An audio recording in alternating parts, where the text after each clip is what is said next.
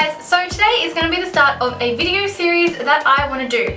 I haven't found anyone else on YouTube that does this. I'm sure there's someone, I probably haven't really looked as well, but I'm doing it specifically for Australians because there's not enough YouTubers giving this sort of information, I don't think, for Australians, and that is cruising. I love cruising. I even found a shirt in my cupboard that says I love cruising. I thought I'd made the shirt up, but clearly I didn't because I found it in there. I do love cruising, and I thought I would share with you why I do, and it'll be part of my cruise series of videos which I hope to put up on YouTube, which will help give people hints and tips on cruises, what cruises they should take. Got to remember, everything I'm talking about is from Australia. I'm going on my first cruise that doesn't leave from Australia next year, which is really exciting, so then I'll get a different perspective. But everything I talk about are all the cruise lines that leave from Australia, as I've done most of them. Thought I'd tell you about my very first cruise, because I'm sure a lot of people will hear this story and go, why the hell did you cruise again? So I can't even remember what year it was. I was young, I was a teenager. 13? No, God, maybe even 12. No, I think I was 13. I've never been in kids club, I've only ever been in teens club.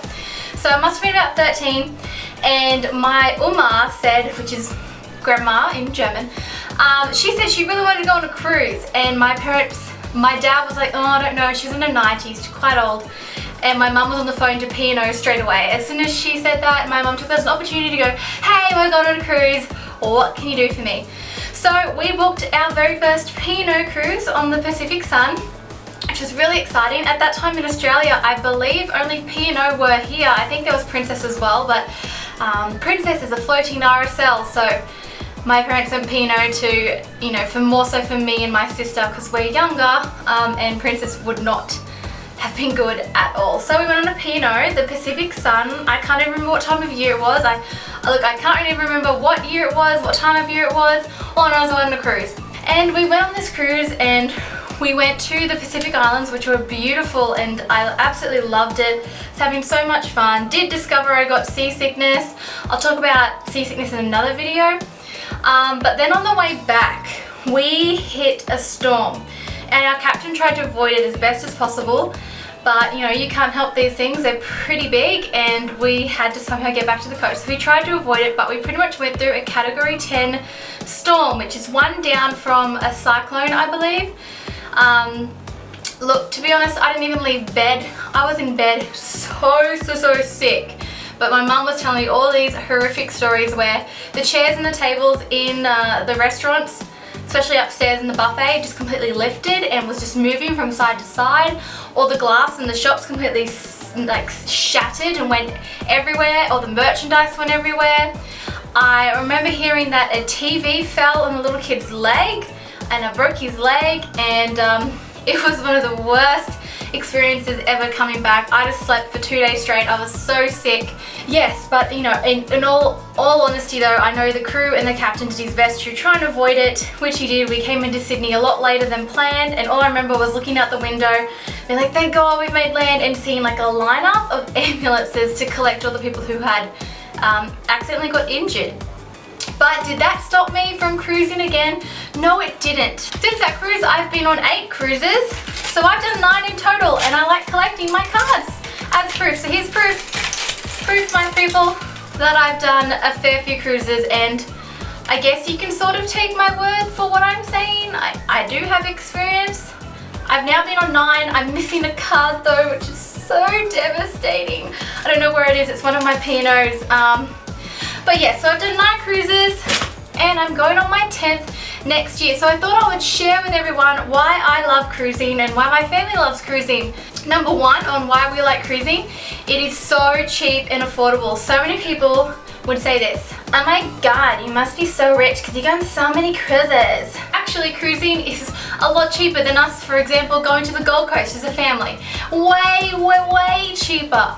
For example, I know at the moment P&O have deals on leaving out of Brisbane for a week, and you can get them for under $700. That's under $100 a day, and that's your accommodation, your food, and your entertainment paid for. I'm sorry, but what land-based holiday can I get that cheap for my entire family? There's no such thing. They are very cheap, and a lot of people assume just because I've been on so many that they are that I'm rich and they're expensive, and it's really wrong. To get out of that frame of mind, because it's not like that at all. It is really quite cheap, quite affordable. You just really got to shop around, and sometimes you might have to book your cruise like a year or two in advance. Other times you can book up to a month before it leaves and you'll get it really cheap. Number 2, which it probably should be number 1 because most people don't like it, but they do like it. It's food. On cruises you eat. You know, you'll have breakfast, and then after breakfast you'll be like, oh man, need a snack, you'll get a cookie, and then after that you'll have lunch, and then after lunch you'll be like, need some afternoon tea, and you get some afternoon tea, and then you have like 3-course dinner, and then you know at 11 o'clock at night you're like, oh man, still hungry, you might just go grab a hot dog from the hot dog stand. You eat so much and you don't need it, but you feel like you do. If you're not eating on a cruise, you don't feel like you're cruising. I don't know, you eat a lot on cruises and the food is amazing. Another thing that I love about cruising is there is so much to do. There are so many activities. So many people go, what do you even do on a cruise? You're like stuck on a boat. There's nothing to do. Wrong. Wrong. There is lots to do. On a cruise ship, I become the biggest bingo fan, and I'm at every trivia. Like, I will legit leave dinner early. I know, leaving food early just to go to trivia. They're my 2 favorite things, bingo and trivia. At home, do I play bingo and trivia? Hell no, but on cruises, I play bingo and trivia. You know, you also get other game shows or speeches. You know, you have people on board, like the captain might do a speech, and you might get behind the scenes in the kitchens, and here you go, typical Australian fun activity. You had to build a raft that could float a 12-pack of beer across the pool from just stuff you could find on the ship. That was fun, that was something to do. We totally should have won that, by the way, but whatever. But there is so much to do on cruises, so don't ever think that you're stuck on this ship and there is nothing to do. If you don't want to do anything, you have that choice. Go sit in a chair and go read a book, or go to the spa and go get a massage, or sit in your room and watch movies. You have the choice to do that, but you also have the choice to participate in all the activities that there is to do. You know, every day on every cruise line I've ever been on, you get given a sheet of paper the night before of all the activities to do. But yeah, believe me when I say that there is a lot you can do on cruises, and you don't just sit there and do nothing the entire time. Like I said, you can if you want to, but no.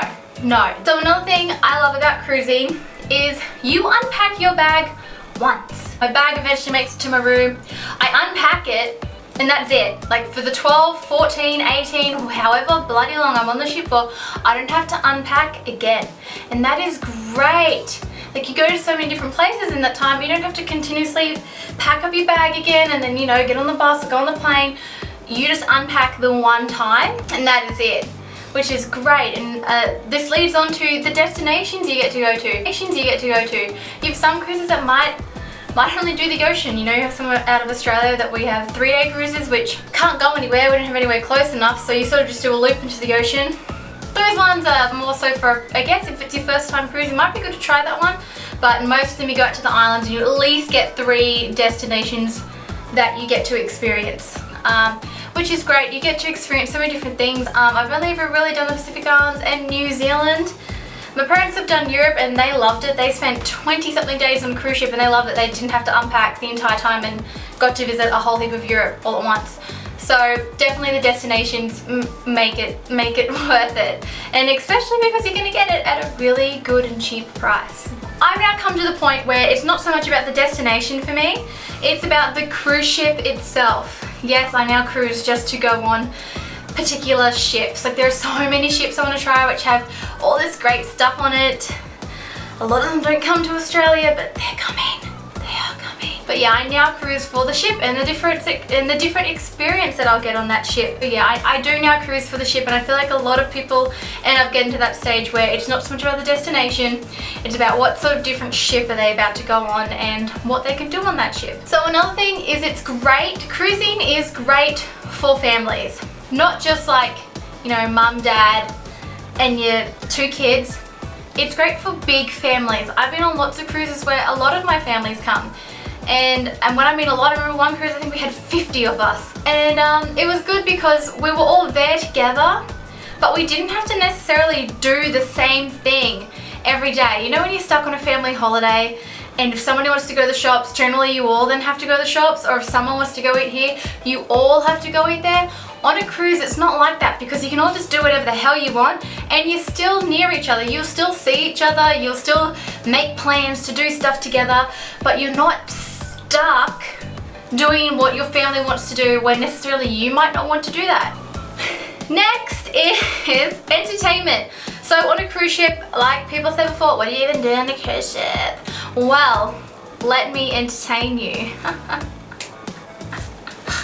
Well, on a cruise ship, you have shows every night generally, like dance and singing shows, which are really well done, and generally the Australian cruise lines tend to keep it a bit more to not Australian music, but what Australians would know, which is great.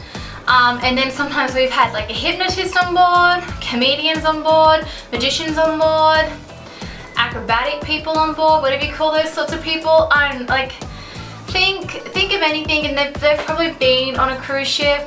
Like there's always some great form of entertainment on board, or sometimes it's your fellow cruisers who get up and start singing karaoke, which is hilarious, especially when they're really drunk. Or the game shows that they play with different cruisers on the ship, they're hilarious as well. So entertainment is definitely up there in why I love cruising. It's a lot of entertainment, there's a lot to see and do. Are the activities? I sort of touched on this before with stuff like bingo, trivia, dance classes, origami classes, bloody cook some dish classes, make some martini classes, watch us do some cool shit with some alcohol classes, I don't know, watch someone sculpt something out of ice. So much, there is so much. I can't sit here and I'm not sitting, I'm standing. I can't stand here and name every activity there is on a cruise ship, but trust me when I say that there is a lot. There is a lot and it's all good. Finally, all I can think about today is they are incredibly easy to plan. You just sort of go, yep, we're gonna go on this cruise, and that's it. Like, that's it. You pay for it, you go through a travel agent, you go direct through the company. You can then choose to do different things and do shore tours and stuff while you're in port, and I don't want to confuse these new people to cruising with all these words they might not have heard of before, but I will touch on these sorts of things in other videos that I plan to make, but I just thought I'd get out there why I love cruising and why other people should love cruising and why you should at least try cruising. Let's go back to the beginning of this video where I said I went through a category 10 storm and a lot of people got injured and my whole ship pretty much turned out like shit. Yeah, I still went on 8 more cruises, so don't let your first experience, even if it's bad, become your worst and just go, oh no, I hate it, and like step back. I do admit it also depends on who you do go with. When I go with family, it's very different to when I go with friends, but I've had a fun time on both. It also depends on what ship you go on, the destination, everything, but trust me when I say I believe you will have a good time no matter what cruise you go on, and you will have fun. So in saying that, I'm going to end this video here because I've spoken a lot and I have to make some more videos, so leave some comments below on what sort of cruise videos you want me to make. I've only been on 9 and I've only been on cruises out of Australia, so I don't know everything. I'm not going to say I know everything. I just know what I know and what I've experienced. So yeah, leave some comments below, and also let me know if you've been on your cruises and what your favourite cruises are, what your favourite cruise ships are, what your favourite destinations are. I'll be really pleased to know and excited to hear from people. So yeah, also give this video a thumbs up if you like it so I can make some more videos for you guys and know that you enjoy these sorts of videos. But that is all, and I guess happy cruising, people. Bye!